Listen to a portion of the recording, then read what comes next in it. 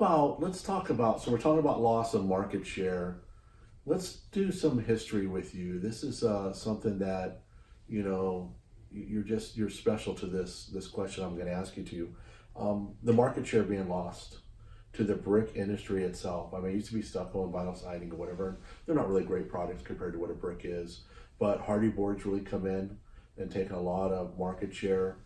We lost the builders. You and I talked a lot about that last night, you know, the building market and why. Not because brick is not a great product, it's just ease and convenience for them to do other things, and they're still selling, people are still buying. But talk about the reasons and some of the things that you've experienced as the history going through. You witnessed the brick volume, a number of brick being a great product, but it's just on the nosedive. Yeah, I think you have to look at the two markets, or residential market versus architectural market. And 70% of the brick produced in this country goes into the residential market. And, you know, since the crash in Q4 of 07 and certainly in 08, when the recession hit, you know, the brick industry we were operating at 30% capacity before we hit a recovery time. Longest recession in history. And a lot of companies still have not maxed out.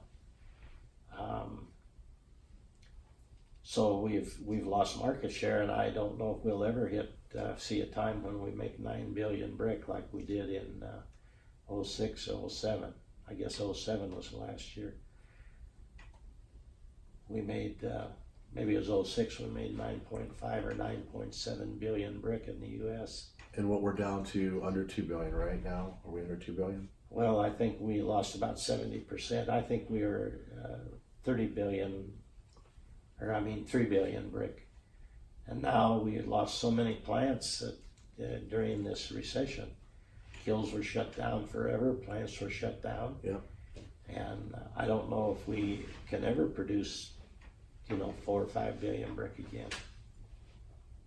Of course, with some of the new purchases coming in, Brickworks and stuff like that, investing just in Glen-Gery, they're looking at building the brick plants up there, looking at adding kilns and doing it. They're going to put a lot of money, I'm told. And my question is, where's the brick going to go? You still have to have somebody that's going to buy it. You can make a lot of brick, so maybe you can make a lot more brick, but that doesn't mean that they got to do something, right? That's right. I don't know where it's going to go, where it's going to be sold, because as you said, with Hardy Plank and stone has just taken a tremendous market away from us.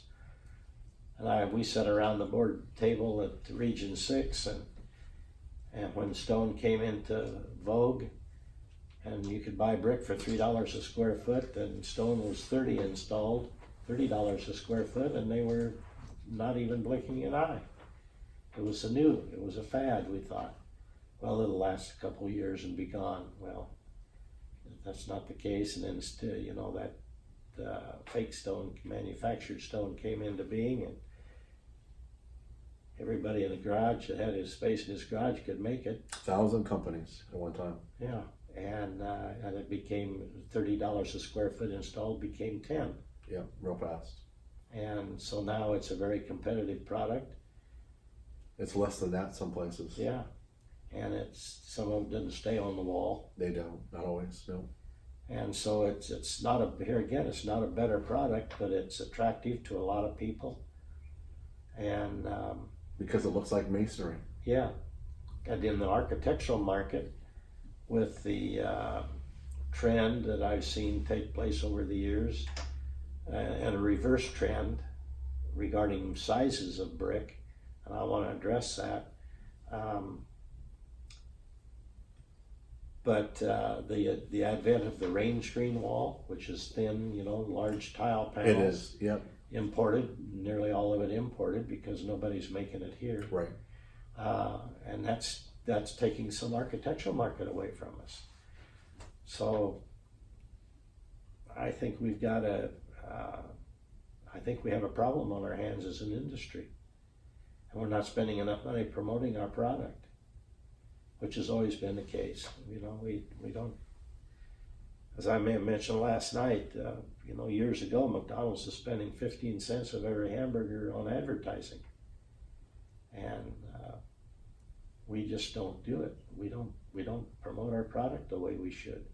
We have the most beautiful, most authentic, most loved product available, and we're not promoting it because we're not willing as an industry to spend the money. It's amazing to me, and it was nice to be a part of what I got to do yesterday with Linda Potter at Watkins, and she had us in. I shared with you in Omaha yesterday. I think there was 84 architects yesterday, and then today in Lincoln we did it was 46 architects, and we did it at the Cornhusker. It was a beautiful place. All brick. Do you know what brick's on a Cornhusker? Yankee Hill. It is Yankee Hill. Hey, I got that one right. And they were involved. They're there. They spend time. But what a great turnout, to still have. And she's doing it every other month. Bringing the people in and doing it. And there's some other groups that do a lot of stuff out here. But to be that organized and have that kind of a turnout, and they participate and they ask questions. They want to be engaged. I think that's fantastic, and it's an investment for them. For her to feed that many people both places. In Omaha, we're at Anthony's Steakhouse. Yeah. And we ended up staying afterwards. We're done. We stayed and ate there. It's a nice place to eat. But that's a major investment for them to do that, Sure. to stay engaged. And they bring in all different topics. We talked about the creativity of brick matching. That's what I did last 2 days. They're credited. But to do that and have them engaged, it's April now.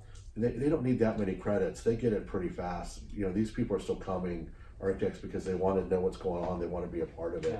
Yeah. It's not just a free lunch. They have to drive. They have to take time of their schedule to go, and a lot of them all know each other, which is kind of nice. They're engaged. A lot of the different architects, the owners, they're all engaged, and it's good to see. So you're right about the investing. There's pockets that's still happening, but they have to be. And of course, Watkins sells a lot of different products. I mean, they're doing block, they're doing brick, they're doing pavers, they're doing everything that they do to supply the market. But at least they're communicating, they're engaged. Yeah, no question about it. But when I say it as an industry, we're not doing enough. Right. As our association, because we're not providing the revenue to do it with. And the BA wants to do it. They just need the money. They need to find a way to get more distributors involved that want to be a part of it, to contribute. The more contributors they have, the better they are, right? I mean, that's what they really need, right? No question. In my speech that I gave to the group in October of 15, one of the points I made was that we need to spend some money to go out and promote our membership, promote our product to our distributors and manufacturers. We have too many on the outside looking in. And of course, we lost, over 50% of the distributors we lost 50% when the recession hit in 08, 8, 9, 10, because I suppose they felt they couldn't afford to continue to pay dues, although the distributor dues are very, very low. Even for us to be a part of it, it's reasonable, absolutely. Very reasonable. It's tougher for manufacturers because it's based on sales, but you gotta be willing to spend money if you're going to belong and promote the product and promote the association. But we just have too many on the outside looking in, both manufacturer side and distributor side. And I've shared, I think that even us as members can do more networking. I'm sure going to try to, as I travel and see people say, hey, you're part of them. You guys should get involved. You should be a part, to know more about what's going on in the industry. You're right. It's bigger than just your area, Yeah. so yes, we'll try to do more in that area.